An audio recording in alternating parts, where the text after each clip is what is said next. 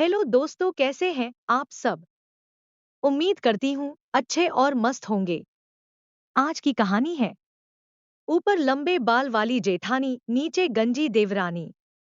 एक बार की बात है, एक छोटे से गांव में दो भाई अपने परिवार के साथ रहते थे। बड़ा भाई राघव और छोटा भाई मोहन। राघव की पत्नी का नाम था कमला और मोहन की पत्नी का नाम था मीरा। राघव और मोहन में भाईचारे का गहरा रिश्ता था। दोनों भाइयों में बहुत प्रेम था, लेकिन उनके स्वभाव और आदतों में बहुत फर्क था।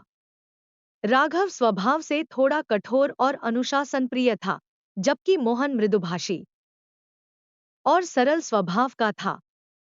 उनकी पत्नियों में भी यह अंतर साफ झलकता था। कमला, जो राघव की पत्नी थी, बहुत ही आत्मविश्वासी और दिखावटी स्वभाव की महिला थी। उसे सजने संवरने का बहुत शौक था। उसके लंबे, घने और खूबसूरत बाल गांव भर में चर्चा का विषय थे। वह अपने बालों की देखभाल में घंटों बिताती और उन्हें साज संवार कर दूसरों को दिखाने में गर्व महसूस करती। दूसरी ओर मीरा बिल्कुल साधारण जीवन जीने वाली महिला थी। वह मेहनती और सादगी पसंद थी। दुर्भाग्य से उसके बाल झड़ चुके थे और वह गंजी हो चुकी थी। कमला अपनी साज सज्जा और सुंदरता के कारण मीरा को हमेशा नीचा दिखाने का मौका ढूंढती। वह कभी मीरा को खुले तौर पर ताने मारती, तो कभी अपने घने बालों का दर्शन करके उसे अपमानित करती। मीरा ने कभी इसका बुरा नहीं माना। वह मन ही मन सोचती, सजना संवरना सब क्षणिक है, असली सुंदरता तो दिल और व्यवहार में होती है। एक दिन गांव में अकाल पड़ गया। बारिश न होने के कारण फसलें सूखने लगी और भोजन की किल्लत होने लगी। परिवार की स्थिति दिन ब दिन खराब होती गई। राघव और मोहन ने बहुत कोशिश की, लेकिन गांव में कमाई के साधन खत्म हो गए। घर का खर्चा चलाना मुश्किल हो गया। कमला, जो हमेशा अपने रूप और आराम के लिए जानी जाती थी, अब इस कठिन समय में भी अपनी पुरानी आदतें छोड़ने को तैयार नहीं थी। वह अपने लंबे बालों और सुंदरता को बनाए रखने के लिए महंगे तेल और कंघी का इंतजाम करने पर जोर देती। दूसरी ओर मीरा ने तुरंत परिस्थितियों को समझा और घर की जिम्मेदारी उठाने में लग गई। मीरा ने अपने गहने और बाकी कीमती सामान बेचकर घर का खर्च चलाने में मदद की। उसने अपने बालों को लेकर कभी किसी से शिकायत नहीं की, बल्कि अपने काम में लग गई। वह दिन रात मेहनत करती और दूसरों के लिए भी सहारा बनती। कमला ने अपनी आदतें नहीं बदलीं। उसने एक दिन अपने बालों की देखभाल के लिए महंगा तेल लाने की जिद की। इस पर राघव ने उसे समझाया, यह समय फिजूल खर्च का नहीं है, हमें पहले परिवार का पेट भरना है। लेकिन कमला ने गुस्से में कहा, अगर मैं सुंदर नहीं रहूंगी तो मेरी पहचान ही क्या बचेगी। कुछ महीनों बाद गांव में एक बड़ा उत्सव हुआ। सभी ग्रामीण उसमें हिस्सा लेने के लिए उत्सुक थे। कमला ने सोचा, इस उत्सव में मैं अपनी सुंदरता का प्रदर्शन करूंगी और सबको दिखाऊंगी कि मैं अब भी सबसे अलग हूं। उसने अपनी पूरी ऊर्जा अपने बालों और पोशाक को सजाने में लगा दी। मीरा ने उत्सव में भाग लेने के बजाय गांव के बुजुर्गों और बच्चों के लिए भोजन बनाने की जिम्मेदारी उठाई। उसने पूरे गांव की सेवा में अपना दिन बिता दिया। उत्सव के दौरान गांव के मुखिया ने एक सभा आयोजित की, जिसमें उसने कहा, आज हम उस व्यक्ति को सम्मानित करेंगे जिसने कठिन समय में अपने परिवार और गांव के लिए सबसे अधिक बलिदान दिया। सभी लोग सोच रहे थे कि यह सम्मान किसे मिलेगा।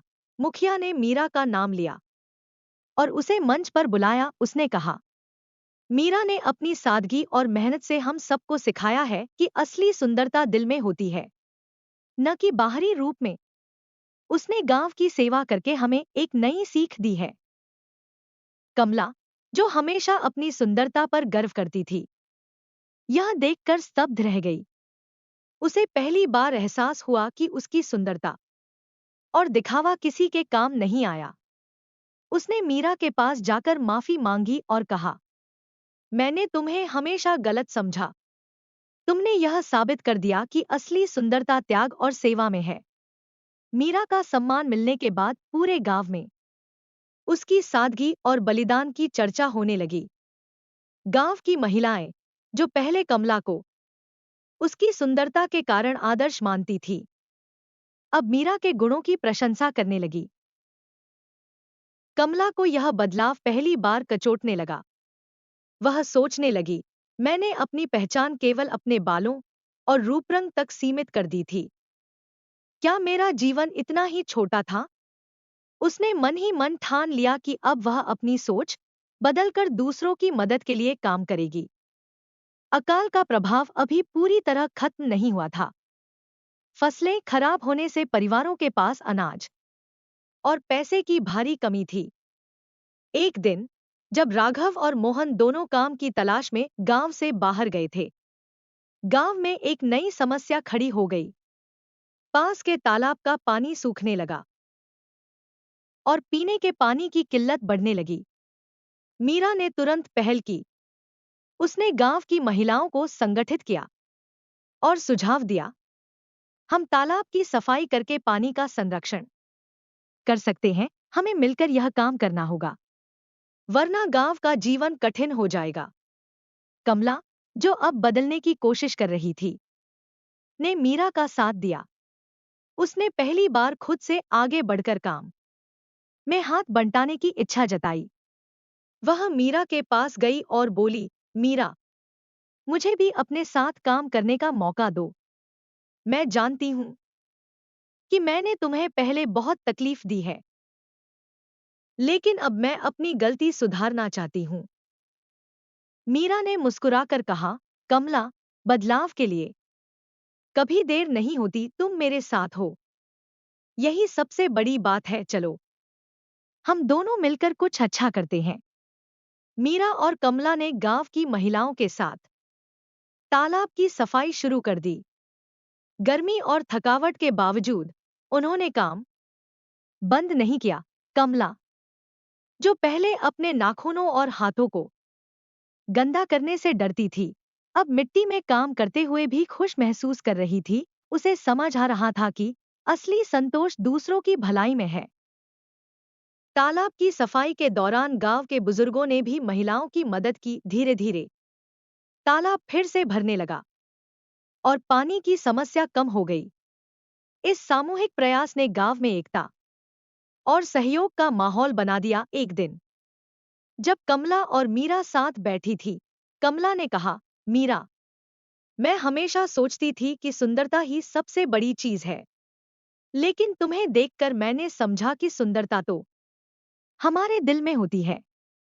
तुम्हारी सादगी और मेहनत ने मुझे सिखाया कि जीवन का असली उद्देश्य दूसरों की भलाई करना है।